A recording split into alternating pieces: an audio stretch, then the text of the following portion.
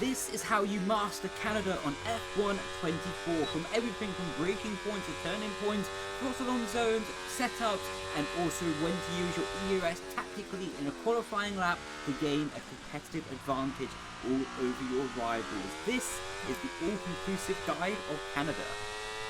First thing is first, I'm going to be showing you the setup that I'm using for today's video. It's basically the time trial setup, but it's actually extremely fast on this track with my testing, and it's not that easy to improve this setup actually. So I'm going to be showing you the little tweaks that I have done to make the nuanced details a bit better for my driving style. The wing is going to be 43, on the rear is going to be 34 as well. 40, 10, 20, and then all the way to the left on the camber, and then 0.6 is going to be on the toe out and toe in as well. 47, and it's going to be 16, 14, 22, 55, and then 100% on the brake pressure. Originally in time trial, the braking bias is set to 51. In a qualifying lap, I like having 52 roughly, and then also you can go up to 53 if you're looking for a bit more stability within your racing car.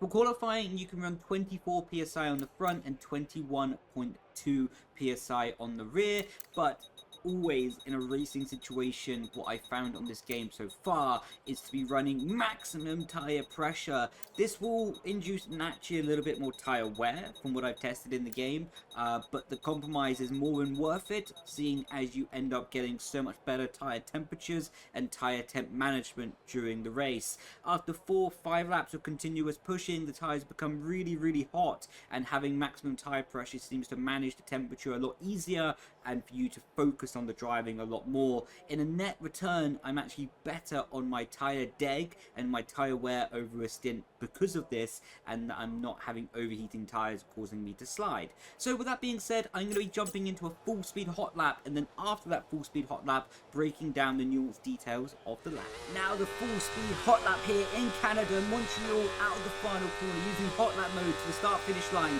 When the wall ends on the right hand side, you're going to be going down into fourth gear, hard on the brakes, get the car as straight as possible between the two apex to maximise front grip potential, and getting the car as straight on the exit to maximise rear grip potential as well. 50 metre board into the right hander, down to fifth, getting right up close to those white lines to maximise the track width and use up the maximum radius from the corner. Black box on the right hand side, down into third gear. You can have all the curve on the inside purely so you can straight line the exit as much as possible and slingshot yourself back onto the DRS straight. Now where the wall ends on the left hand side, hard on the brake now, using up all the curves on the inside. It will unsettle the car slightly, but the extra track width and track radius is going to be more than worth it for the minimum speed carry through the corner. Now down into second gear for the hairpin to get a bit more rotation by grip purchase from the front axle of the car, and now fall back on the power, opening up DRS on the overtake button all the way down until 12% on the battery, and that is going to allow us to have more battery out of the final chicane. Speaking of the final chicane, full commitment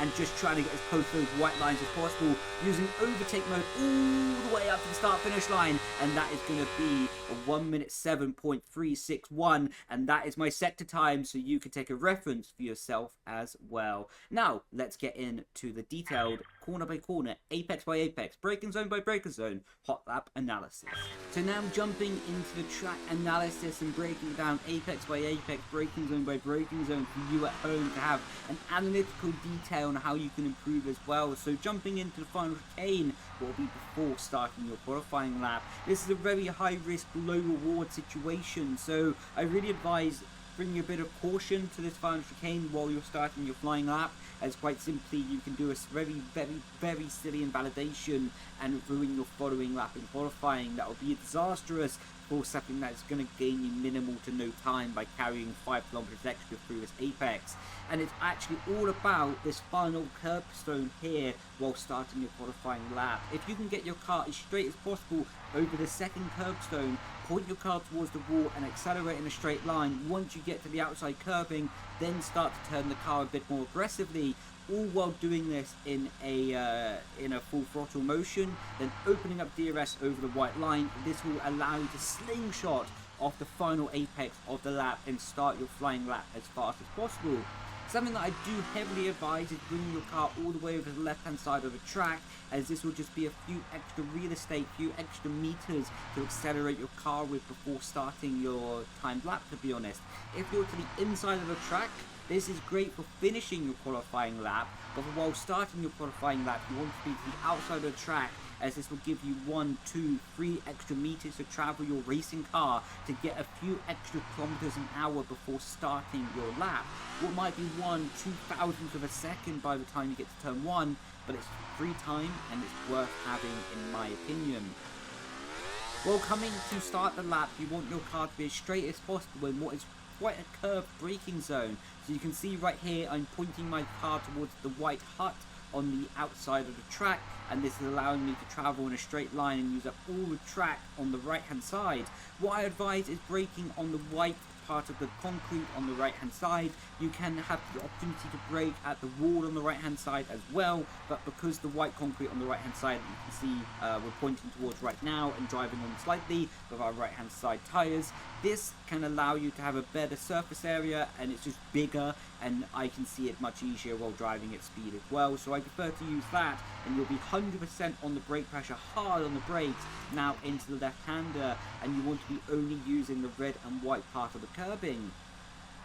The reason I say to only use the red and white part of the curbing is you can in fact go over the inside part of the curbing if you would like to, but I don't really like doing this, to be honest, as you have to rejoin the track from the back of the curb, and as you can see, it's quite a sharp angle. In fact, if we go into the nose camera and we reverse slightly, you can see that when you're coming back over the curb, it's quite a sharp angle and quite a sharp hit for that front left tire to take, and can cause the front left tire to be a bit unsettled as you're trying to set the car up for turn 2. So this is why I avoid that inside part of the curbing and only use the red and white part of the curbstone to just try and allow a bit more stability and rolling momentum for the first apex of the lap. But that being said though, my target is to get my left hand tire at this part of the tar, the black part of the road that has been resurfaced, and this will allow you to carry good speed through turn 1 while then having the opportunity to set up turn 2 in a great fashion. You'll be doing your final downshift here down into 3rd gear and using the front grip to pull yourself around this apex. You don't really want to touch the inside curbstone, as it will just be causing you instability and a loss of traction for the exit of the corner, but you want to be as close to the white line as possible, and then as you get to the exit of the corner, you want to be pointing your car towards the outside curbstone, and this will allow you to get back to 100% power as soon as possible, then again pulling your car to the right as you go underneath the bridge. 100% back on the throttle, and now you'll be pulling your car all the way to the left hand side of the track and using 50-meter board as your marker board to turn into what is a very blind apex. Even from this angle, you cannot see the inside white line, what is of course your track limits definition and what you need to be doing to stay within the track bounds and keep your qualifying lap legal. So this is why I use the 50-meter board on the outside as a rough turning in guide, but I always leave myself the mental capacity to adjust the steering wheel to be a bit more precise with the white line when I get here, as now you start turning in, you go downhill and you can start to begin to see the white line unfold in front of your eyes, and you want to be using as much track on the inside as possible to carry as much momentum, open up the radius of the corner and get as much speed. Once again, what is originally a blind apex, because by the time you get to turn 1, you can see the downhill effect here in the chicane is quite aggressive, to be honest, and even at the apex of turn 1, turn 2, or the second part of the apex in the chicane anyway, the second turn in this complex is not that defined and it's not that easy to see. So I advise just sort of keeping your car in a straight line, and you can see the cell force barrier ahead of us, and you can see the second marker board, or the blue crane, is also a great reference to be using, but I prefer to use the cell force marker board, and I want to be pointing my car towards the ending of that highest cell force advertising, the bigger one that's on the catch fencing here on the track, and that will allow me to be using the car and pointing towards that barrier and pointing towards the advertising, and that allows me to be using up as much track width as possible while then keeping the car legal, using up all the road on the exit and then full back the power.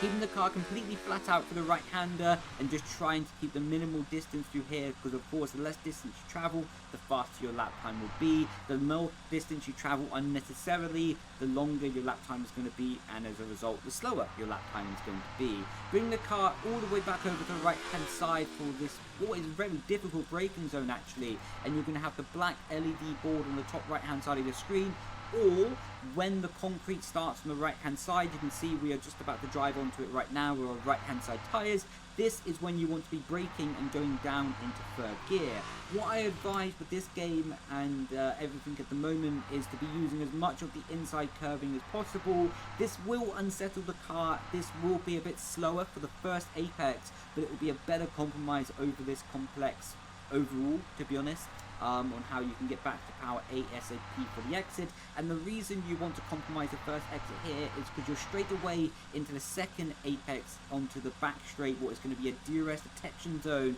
and a DRS zone in qualifying in the race. So getting a good exit here is completely vital to maximize your top speed down quite a critical straight. Additionally, in the race, towards the end of your stint, your rear tyre is going to be extremely worn, extremely slippery, and extremely lacking for grip. So getting the car straighter earlier will allow you a better potential to be managing that rear tyre slip and getting a better traction, a better speed onto the straight as a natural result of that. So you can see we are basically just trying to keep the car in a straight line as possible once we have compromised that first apex of the corner of this first apex of this complex, I should say. Again, trying to bring your car as close to that curbstone as possible and aiming to be here with your car placement so you can drive in a straight line, or as much of a straight line as possible, towards the outside barrier, and then just grazing this outside curbing. I would advise to use it a bit more, but to be honest, it's a bit unsettling and it can cause you a bit of traction loss going on through the straight. You can use the outside curbing in a mistake and it will be very little, it will do very little harm to your lap time, to be honest. So in a perfect scenario, you wouldn't be using the outside curbing, but in a situation that you need it to compromise to keep your throttle more to 100% on the exit, it's not a bad compromise to make. So in summary, better to avoid the outside curbing, but okay to use it as you're opening up DRS down the back straight. Now you want to be fully focused for this very tough, difficult technical braking zone underneath the bridge here that is really difficult to spot. And I use the barrier ending on the left hand side as my marker board, and this is sort of what I'm looking for. It's around 70 meters towards the corner. If the 50 meter board is there on the left hand side, this is about 60, 70 meter board in let's say imagination. And where the barrier is starting to end on the left hand side, as you can see, it's going towards the actual concrete fencing, the metal part of the barrier I see here, what my tyre is now alongside. This is my reference marker to be going down the gears and then getting into the apex as hard as possible, and then cutting over this orange part of the curbstone. Quite simply, again, because it will unsettle the car on this first part of the apex, but as a compromise to set up a better exit and have a better second part of the complex and second part of the chicane, it's a better compromise to make, to have a car that's traveling a shorter distance, even if it is slightly unsettled, and it is going to be setting up a straight line exit for the second part of the corner. As you can see right now, we are traveling completely in a straight line going towards the second part of the complex here, and that is what's critical to maximize your traction. Going all over the orange curb on the outside, simply again to open up the track as much as possible, then back to the commitment, full throttle on the exit, and using up as much curbing stone as possible. Coming up to chicane, and you're going to be braking just after the 100 meter board, and it's critical to keep your car as straight as possible in this braking zone. There isn't really a defined marker board, to be honest, for this corner, and something that you kind of have to use your feel for and just have a natural instinct for when you can brake and turn. And to do that and to gain that natural instinct is done by repetitive practice and repetitive nature on this corner. So like I say, after the 100 meter board, and I would be imagining around 80 meters before the corner is when I'm hitting the brake pedal, and that is a good reference to be having. This corner is quite unique though, because you don't actually need to hit the apex completely perfectly to have a good speed and momentum through here, because it leads on to the longest straight on the track and also a DRS straight as well. So if you do go slightly wide on this corner and you're slightly too late on the brake, Don't panic, do not turn the wheel too aggressively, as that will cause understeer. What I advise is braking a bit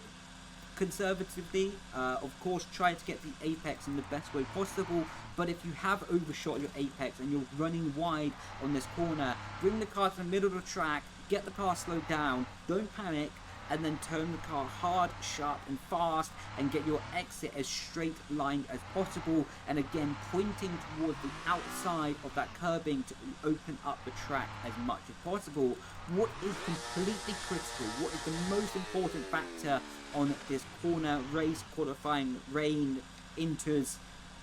any situation, is that the car is as straight as possible on the exit. That is what matters. The actual apex on this corner is probably the least important minimum speed of any on this lap here on Canada, and the most important factor of this lap on Canada is how much speed you can carry on the exit of the corner and with the traction of the car. So for any line that you're on here in the hairpin, whether you're super tight to the curbstone on the inside, like I am on this example, or you're super wide out here at the moment, what is the most important factor is for your car to be as straight as possible and getting ready for the exit. So any line you're on, just prioritize getting your car straight on the exit, and that line will more or less be pretty fast and will be a really optimal line as well. Opening up DRS all the way up through the gears into what is now the final chicane of the lap, and so difficult to master and nail in this situation. So you're going to be braking just after the 100 meter board here, and basically what I do is I go to the 100 meter board and I go to the 100 meter board and I count 1. As soon as I get to 1 in my head, and then I'm able to hit the brakes to 100% pressure, and this is allowing me a good consistent way to get to the apex of the final chicane. If you don't want to be counting to 1 and you want, let's say, a more visual reference, you can use when you're past this sort of white hut on your left hand side, and that can be a good reference for you to be using. Although, to be honest, the chicane is so fast, the braking zone is so difficult that it's a lot about natural feeling and natural instincts and when you can brake, and it's not too important about the braking zone. What is more important is how you can turn your car in with confidence to this final chicane. The corner is so fast that, to be honest, braking 5 meters early, 5 meters late doesn't really make a difference. All that makes a big difference on this final chicane is your minimum speed and how much corner you can cut without your lap being invalidated here, and how much of the curbstone you can use. To do that, I would advise just getting your corner of your car onto the orange part of the curb like I'm doing right now, and by doing that, that naturally brings my left hand tyre to the white line, and that I'm not invalidating going over the curbstone. Like I say, just bringing your car to the edge of the orange part of the curbing, and this will be a good way to have a consistent basis to build confidence with, and to not be invalidating your final corner of the qualifying lap in Canada. And the same will be said with the second to last and the final corner here in Canada as well. The final complex is just use up as much of this orange curbing, this yellow curbing, whatever color it is on the inside, and this will allow you to straight line exit and hard back for the power. Use up all the road up to the wall of champions, opening up the DRS, and now completely opposite when starting the lap, now while ending the lap, you want to be keeping the car to the inside as much as possible here to minimize the distance and the run up the line. And here is a lap of Canada. Here is how to master Canada, and it is of course the Canadian GP this weekend. So first of all, hopefully this video helped you improve, helped you get faster at Canada, and be sure to comment who you think is going to be winning the race here this weekend. In my opinion, I reckon if it's going to be cold temperatures, I think Ferrari are going to be winning. If it's going to be hot temperatures, I think McLaren are going to be winning. They seem to have really fantastic tyre management, especially towards the end of the stints, and to keep them in an operating window. But if it's cold and let's say the tyre management is less critical, I think Ferrari are going to have a fantastic chance. I've seen some of the radar, then apparently it's going to be raining, so it should be exciting. But with all that being said, post down below who you think is going to win, who you think is going to be the driver of the weekend as well. With that being said, Grazie Rosazzi, and I will catch you next time. Ooh, that was a nice trip.